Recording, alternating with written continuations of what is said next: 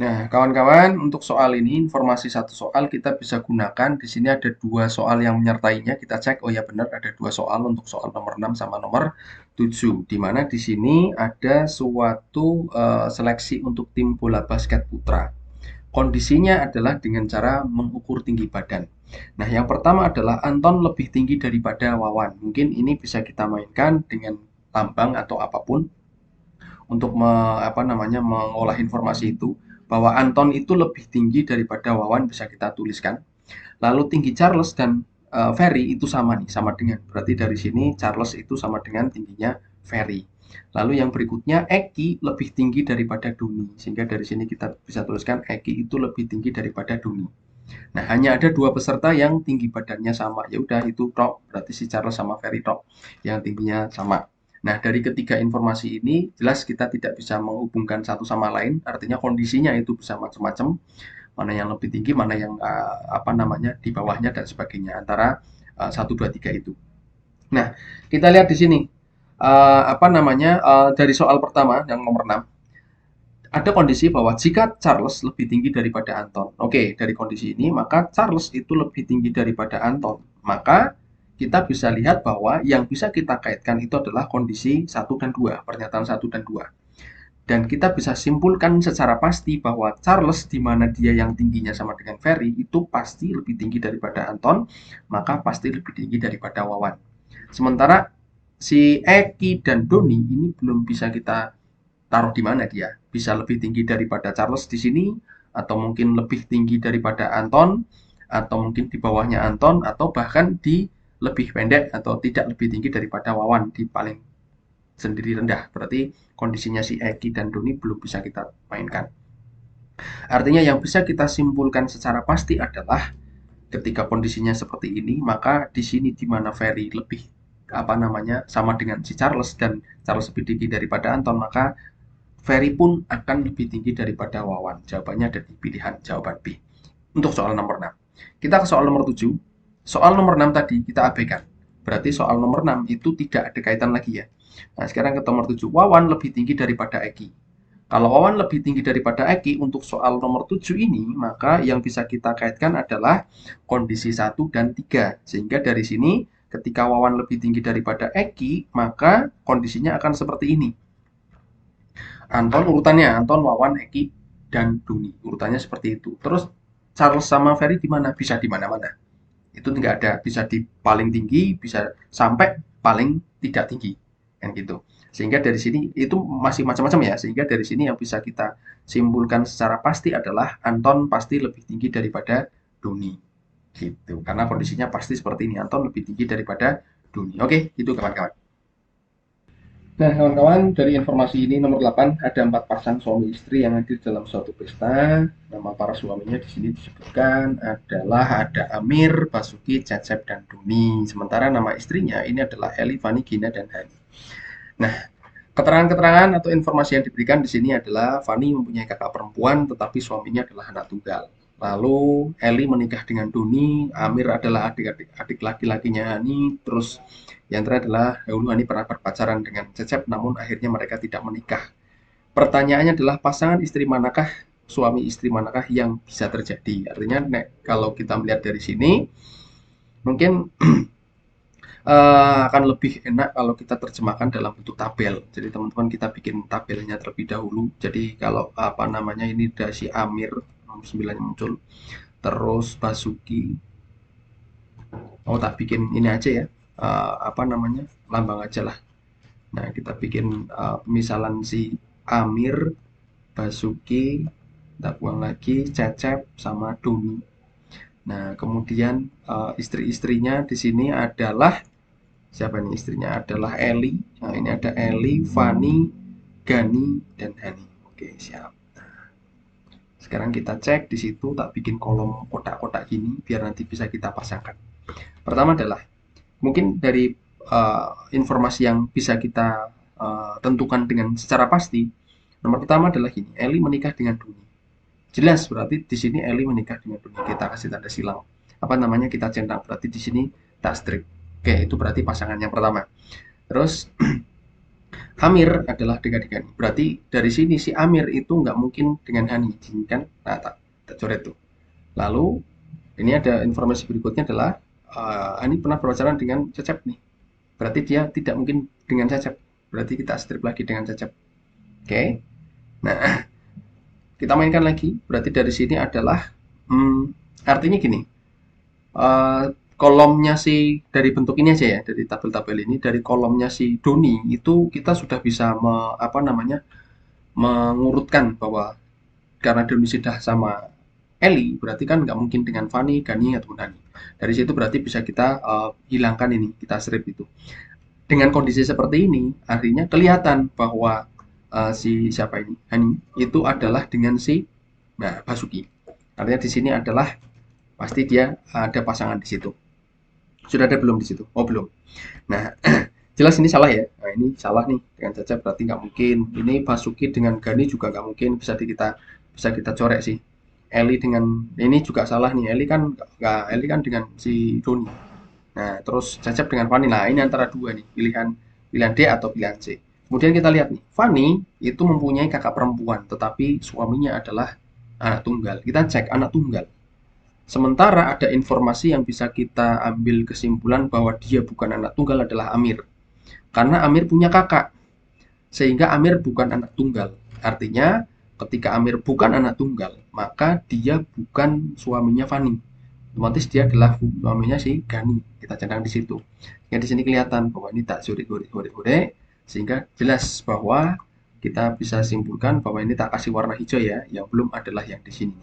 Sehingga bisa kita ambil kesimpulan bahwa si Fani itu menikah dengan si Cecep. Ada di pilihan jawaban D.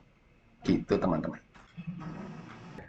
Oke, kawan-kawan, ini ada satu informasi terkait dengan tikus yang sudah diberi suatu tindakan ya, di mana di dalam labirin itu ada 50 ekor tikus. Oke, jumlah yang ada seluruhnya adalah 50 ekor. Lalu dengan keterangan bahwa ini kita lihat ada 25 ekor tikus merupakan betina. Artinya kalau kita perhatikan di sini teman-teman bisa pisahkan antara betina dan jantan. Maka akan kelihatan ini betina, ini jantan gitu ya. Nah, kita coba lihat betina.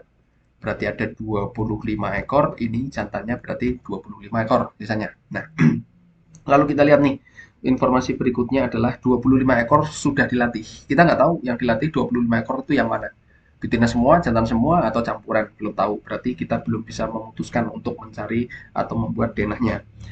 Oke, kita lanjut ke 20 ekor tikus berlari ke arah kiri. Ini pun kita belum tahu lagi karena masih butuh keterangan dari informasi yang lainnya. Sehingga kita simpan dulu tuh, keep dulu. Lalu 10 ekor tikus yang terlatih merupakan tikus jantan. Nah, dari sini kita bisa kaitkan antara yang tikus terlatih jantan sama 25 ekor tikus yang sudah dilatih. Totalnya 25. Yang dilatih 10-nya adalah jantan. Sehingga bisa kita lihat bahwa di sini yang sudah terlatih itu ada 10 ekor. Berarti yang di sini yang sudah terlatih itu ada 15 ekor sisanya karena totalnya ada 25. Sehingga dari sini kita bisa lihat bahwa yang tidak terlatih, tak tulis TT gitu ya, ini tidak terlatih berarti ada 15, ini ada 10. Oke, teman-teman dari sini kita sudah dapat sedikit gambaran antara tikus yang terlatih dan tikus yang tidak terlatihnya. Kita ke informasi yang berikutnya lagi. Di situ ada 4 ekor tikus jantan berbelok ke arah kiri. Nah ini pun kita nggak tahu. Yang berbelok ke arah kiri itu adalah yang terlatih atau tidak terlatih. Walaupun 4 ekor ini tidak terlatih atau terlatih. Walaupun totalnya semua yang tikus berlari ke arah kiri ada 20 ini ya, ini ada 20 artinya yang berbelok ke arah kiri yang betina itu ada 16. Kita simpan dulu nih ada 16 untuk yang betina, 4 untuk yang jantan. Cuman kita nggak tahu 16 itu semuanya yang terlatih berapa, tidak terlatihnya berapa. Pun sebaliknya yang jantan juga. Sekarang kita ke informasi yang berikutnya 15 ekor tikus. Ini 15 ekor tikus terlatih berbelok ke arah kiri. Nah, ini pun sama. Yang terlatih itu di sini yang terlatih itu jantan semua. Nggak mungkin sih, walaupun jantannya kan 10 kan.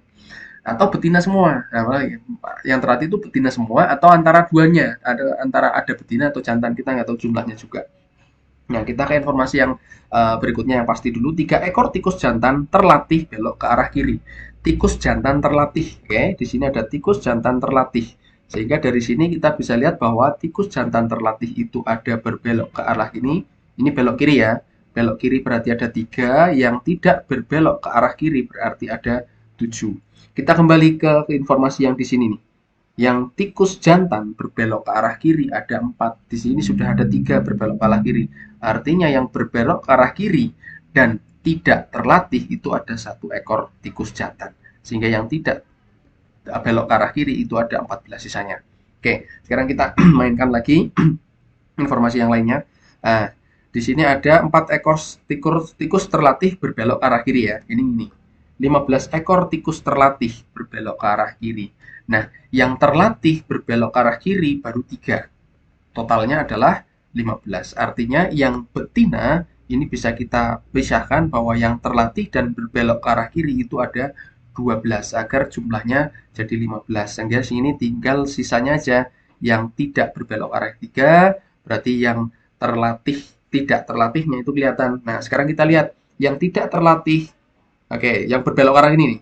20 ekor tikus berbelok ke arah kiri yang di sini ya. Kita kasih warna merah nih. Oke, kita ganti ini. Nah, nah ini nih.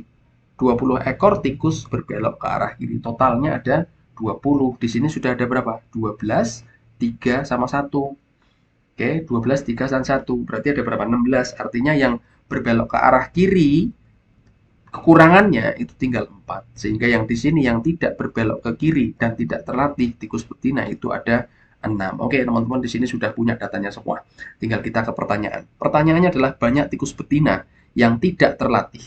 Kita cek tikus betina tidak terlatih berarti di sini tikus betina tidak terlatih dan tidak berbelok ke arah kiri dan tidak berbelok ke arah kiri. Berarti ada 6 ekor. Jawabannya adalah D. Nah, oke kawan-kawan, ke informasi soal yang berikutnya di sini digunakan untuk 2 soal yang menyertainya. Oke, kita lihat di situ ada 6 orang. Ada Andi, Bayu, Citra, Desi, Edi, dan Bandi yang berlibur dan menginap di sebuah hotel kecil yang mempunyai 6 kamar. Artinya nanti 1 orang dapat 1 kamar, di mana 3 buah kamar ukuran berbeda dan 3 buah kamar yang sama letaknya ada di lantai 1 dan 3 lainnya di lantai 2. Masing-masing kamar diberi nomor 4, 5, 6, dan 1, 2, 3 berarti ya, gambarnya gitu. Nah, secara logika berarti kalau kita gambarkan ke dalam suatu bentuk visual, misalnya nomor 1, 2, katakanlah lantai 2-nya berarti 4, 5, 6, lantai satunya adalah 1, 2, 3, katakanlah gitu ya. Nah, kita bisa lihat bahwa ada informasi-informasi yang sifatnya pasti. Misal di sini kita lihat informasi yang pertama, Andi menempati kamar kedua. Oke, kamar nomor 2 berarti pasti nih Andi ada di sini. Oke, Andi ada di situ. Kemudian yang berikutnya, kamar Bayu tidak boleh berdekatan dengan kamar Edi. Kita nggak tahu di mana letaknya, yang penting nggak berdekatan. Oke, di lantai 1 atau lantai 2, kita belum tahu juga. Nah, berikutnya kamar Andi tidak boleh berdekatan dengan kamar Citra. Nah, dari sini terlihat nampak bahwa yang di mana Andi ada di nomor 2, otomatis Citra itu tidak mungkin ada di kamar 1 atau kamar 3. Ya kan? Nggak mungkin ada di 1 atau 3. Akhirnya mengakibatkan Citra pasti ada di lantai 2. Citra pasti ada di lantai 2. Nah, kita cek ada jawabannya nggak? Nah, ini ada nih. Kamar Citra berada di lantai 2. Itu yang pasti, sifat yang pasti di situ kelihatan. Nomor 10 sudah terjawab. Ya, sekarang kita ke soal nomor ke-11. Oke, kita bawa di situ dengan kondisi yang sama 4, 5, 6, 1, 2, 3. Berarti di sini ada informasi yang pasti bahwa Andi ada di kamar nomor 2. Nomor 11 di situ Edi berada di ya. Apabila Edi berada di kamar 4, berarti kita bisa tuliskan bahwa Edi ada di situ, ada di kamar nomor 4. Nah, informasi yang berkaitan dengan Edi ada nggak di situ? Nah, ini kamar Bayu tidak boleh berdekatan dengan kamar Edi. Nah, hasilnya Bayu itu bisa di kamar nomor 6, bisa di kamar nomor 3, atau tak bikin gini lah. Nah, tak bikin gini ya, atau berarti ada bisa di letaknya kayak gitu. Sementara 1 orang tadi Citra itu harus di lantai 2. Anggap aja Citra ada di nomor 5. Nah, misalnya gitu. Atau nomor 6 juga bisa. Nah, tapi nggak bisa kalau di nomor 6 nanti Bayu geser ke sana ya. Tapi bisa juga ketika ini di nomor 6 nanti berarti Bayu yang dipakai adalah yang bawah. Itu juga bisa. Kondisinya masih macam-macam nih. Nah, gitu. Oke, kita lihat lagi. Uh, Mana kamar Desi tidak boleh berada di atas atau di bawah kamar Edi. Berarti mau tidak mau, ini kondisinya seperti ini. Berarti Desi itu bisa di kamar nomor, ini tak buang, berarti Desi ada di kamar nomor 3. Ini ada Desi, berarti Fandi ada di sini. Oke, kondisinya seperti itu teman-teman. Sehingga dari sini bisa kita lihat bahwa yang mungkin terjadi adalah siapa tuh, kamar Citra berada di sebelah kamar Edi. Ya, ini mungkin bisa terjadi. Kamar Citra ada di kamar Edi. Kemungkinan terjadi seperti itu. Kalau kamar Fandi bisa di mana-mana ya. Kamar Fandi itu ada di mana-mana itu. Oke, jawabannya adalah D.